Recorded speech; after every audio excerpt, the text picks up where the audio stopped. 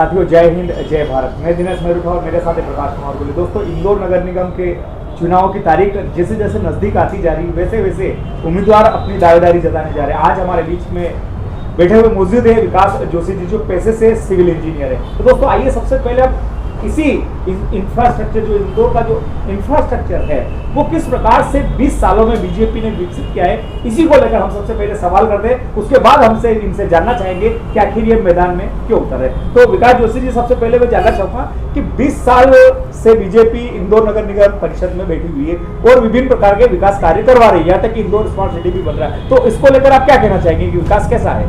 आपके चैनल के माध्यम से बहुत स्पष्ट कहना चाहता हूँ कि इंदौर क्षेत्र में, इंदौर नगर में सुनियोजित भ्रष्टाचार और अनियोजित विकास,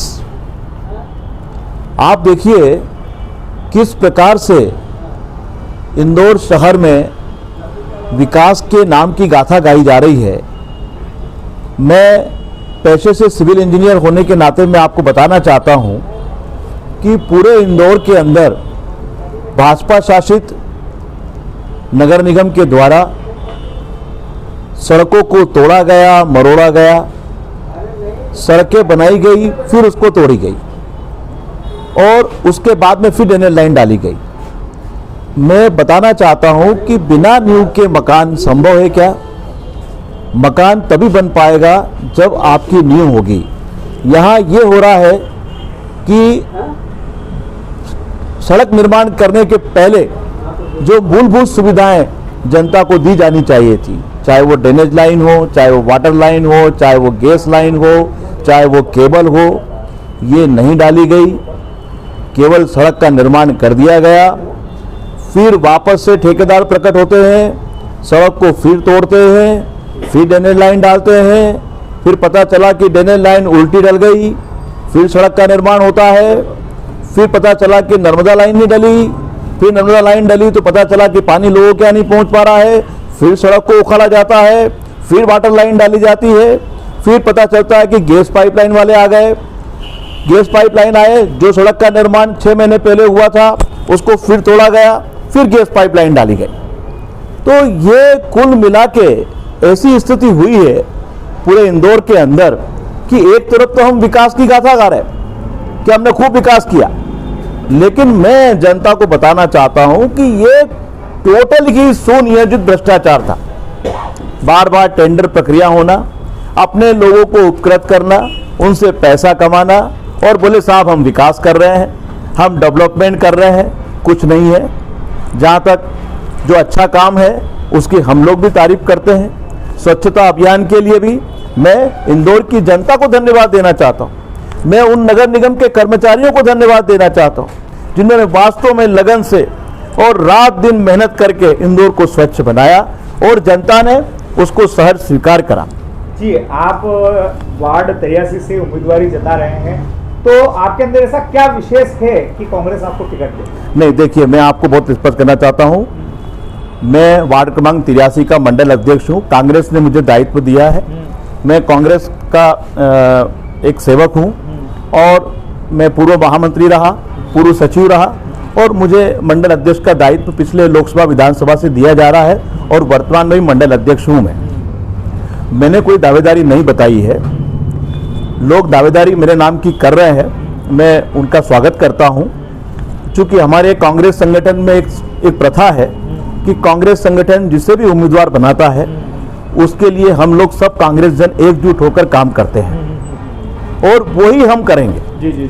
मेरी कोई दावेदारी नहीं है। संगठन जो भी मुझे दायित्व देगा, जो भी मुझे काम बताया जाएगा, उससे मैं पूरी ईमानदारी से उसको निष्ठापूर्वक निर्वाह करूंगा और वार्ड क्रमांक 83 से जिसे भी प्रत्याशी बनाया जाएगा उस प्रत्याशी के लिए मैं तन मन धन से काम करूंगा और कांग्रेस की विजय बनाएंगे। इस बार महापौर कांग्रेस का बनेगा, नगर निगम की हमारी परिषद बनेगी और हम सब कांग्रेस एकजुट होकर कांग्रेस के प्रत्याशी के लिए काम करेंगे। जी, वार्ड 83 में ऐसी कौन कौन सी समस्याएं, यदि आपको मौका दिया जाता है तो आपकी निगाह में ऐसी कौन कौन सी वहाँ की मूलभूत समस्याएं जो अभी तक सोल्व नहीं हुई है? वार्ड क्रमांक 83 जैसे मैंने पहले ही आपसे कहा है कि जो मैंने पूरे इंदौर के लिए कहा है, मैं वार्ड क्रमांक 83 के लिए भी कह रहा हूँ आपसे यदि वार्ड क्रमांक 83 का आप लोग जागरूक पत्रकार हैं, एक बार वहां पर आकर दौरा करें, तो मैंने जो बात कही है कि सुनियोजित भ्रष्टाचार और अनियोजित विकास, आज भी वहां की सड़कें उबड़ खाबड़ पड़ी हुई है, उनमें कोई काम नहीं हुआ।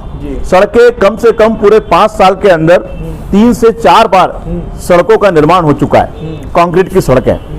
मैं आपको बताना चाहता हूं कि रिजिड पेवमेंट और फ्लेक्सिबल पेवमेंट, कंक्रीट को हम रिजिड पेवमेंट कहते हैं और डामर रोड को हम फ्लेक्सिबल पेवमेंट कहते हैं। रिजिड पेवमेंट को यदि आपने एक बार उखाड़ दिया, उसको जोड़ना बहुत मुश्किल होता है, लेकिन नगर निगम के सरकारी अमले और जो जन कार्य विभाग है वो इस बात को समझने को तैयार नहीं है कि किस तरह से हमें काम करना चाहिए। वहां पर जिस प्रकार से भ्रष्टाचार हुआ है, सड़कें बनाई गई, तोड़ दी गई, सालों बाद नया ठेकेदार प्रकट हो गया, तो ड्रेनेज लाइन डाली गई, वाटर लाइन डाली गई, फिर पता चला कि ड्रेनेज लाइन उल्टी डाल गई। अभी सबसे बड़ा मुद्दा वहां पर यह है कि वहां लोगों के यहाँ नर्मदा का पानी नहीं पहुंच पा रहा है, लोगों कोई भी कार्रवाई नहीं हो पा रही है। वहां का जो पार्षद है वो मस्त है और वहां की जनता त्रस्त है। मेरी लड़ाई जो भी कांग्रेस का प्रत्याशी बनेगा उसके साथ में हम उस वार्ड की जनता को ये बताएंगे कि यहाँ पर विकास के नाम पर भ्रष्टाचार हुआ है, और इस बार इस भ्रष्टाचार को यदि रोकना है तो ये भाजपा शासित जो ये वार्ड रहा है इसको भाजपा से मुक्त करना है और कांग्रेस को यहाँ पर विजय बनाकर सुनियोजित विकास की राह को हमें प्रकट करना है। इस बार बीजेपी चौथी बार स्वच्छता में नंबर 1 आइए इस मुद्दे को लेकर मैदान में है, और दूसरी ओर राम मंदिर और 370 धारा की लहर अर्थात हिंदुत्व की तेज प्रवाह की धार पर बैठी हुई बीजेपी मैदान में उतर रही है, तो क्या कांग्रेस उससे लड़ पाएगी क्या? देखिए, पहला प्रश्न आपका स्वच्छता अभियान वाला, मैं आपसे कह रहा हूं कि अच्छे काम के लिए कांग्रेस हमेशा साथ में है। जहां तक इंदौर में स्वच्छता का सवाल है तो मैंने आपसे कहा है कि मैं उन तमाम नगर निगम के कर्मचारियों को जो स्वास्थ्य सेवाओं में लगातार रात दिन मेहनत कर रहे हैं उनको मैं धन्यवाद देना चाहता हूं। साथ ही मैं उस जनता को धन्यवाद देना चाहता हूं, इंदौर की शानदार जनता को, जिन्होंने पूरी तन मन से और धन से भी, पैसा भी दे रहे हैं इनको स्वच्छता के लिए, उसके लिए लगातार उन्होंने काम किया और आज हमारा इंदौर शहर चौथी बार नहीं 5वीं बार भी आएगा, इसमें कोई दो राय नहीं है। इनमें इनका कोई रोल नहीं है। जनता और नगर निगम के कर्मचारियों को मैं धन्यवाद देना चाहता हूं। जहां तक आपने दूसरी बात कही है 370 और राम मंदिर की, तो देखिए ऐसा है, राम मंदिर का मुद्दा माननीय न्यायालय का प्रकरण था। माननीय न्यायालय ने आदेश दिया, माननीय न्यायालय के आदेश को हमने सुधार स्वीकारा है। कांग्रेस भी ये कहती थी, कांग्रेस शासन भी यही कहती थी कि भाई माननीय न्यायालय का जो भी निर्णय होगा उसको हम सहर्ष स्वीकार करेंगे। माननीय न्यायालय का निर्णय आया, भगवान राम लला का मंदिर की जगह मिल गई, वहाँ मंदिर बन रहा है। मुसलमान वर्ग को भी, उनको भी मस्जिद बनाने के लिए या हॉस्पिटल बनाने की जगह दे दी है। दोनों का पक्ष हल हो गया है। इसमें किसी विशेष राजनीतिक दल की कोई महत्वाकांक्षा नहीं होना चाहिए। भारतीय जनता पार्टी जिस प्रकार से इस मुद्दे को लेकर ये कहना चाहती है कि मुद्दा हमारे कारण हल हुआ है, समझदार जनता, बुद्धिजीवी जनता इस बात को अच्छी तरह समझती है। हम माननीय न्यायालय के निर्णय का हम सम्मान करते हैं। 370 का सवाल है, 370 धारा इनका बहुत पुराना एजेंडा था, इन्होंने हटा दी। लेकिन मैं आपको बताना चाहता हूं कि 370 धारा हटाने के बाद में आज वहां की क्या स्थिति हो रही है। क्या आतंकवाद खत्म हो गया? रोजाना प्रतिदिन हमारे सैनिक सीमा पर मारे जा रहे हैं, शहीद हो रहे हैं। क्यों भाई? आपने 370 हटा दी ना, अब क्यों हो रहा है ये सब?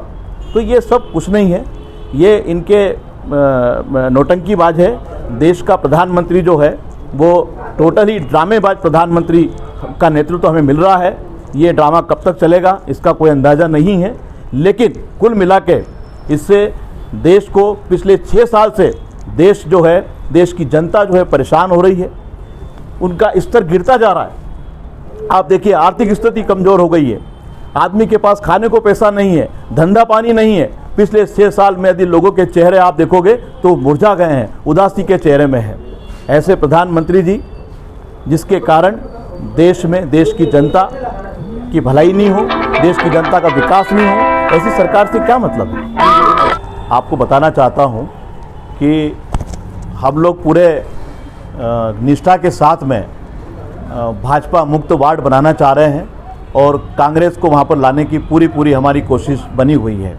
जहाँ तक कार्यकारिणी का सवाल है तो ये शहर कांग्रेस कमेटी का दायित्व है कि उन्हें कार्यकारिणी का गठन करना है और मुझे लग रहा है कि शीघ्र ही कार्यकारिणी का गठन होने जा रहा है और वापस से नए स्वरूप में हमारी कार्यकारिणी बनेगी और हम कांग्रेस के लिए काम करेंगे। नहीं, समन्वय का जहाँ तक सवाल है, देखिए विचारधाराएं अलग अलग होती है, लेकिन जब कांग्रेस के मंच पर हम बैठते हैं तो मुझे नहीं लगता कि कोई समन्वय, कोई ऐसी बात पैदा हो रही है। ठीक है, कुछ अंतर विरोध होता है इसके अंदर, पर जहाँ तक मुझे ऐसा लग रहा है कि बराबर कांग्रेस के सभी पदाधिकारियों में और कांग्रेस जनों में समन्वय स्थापित हो रहा है।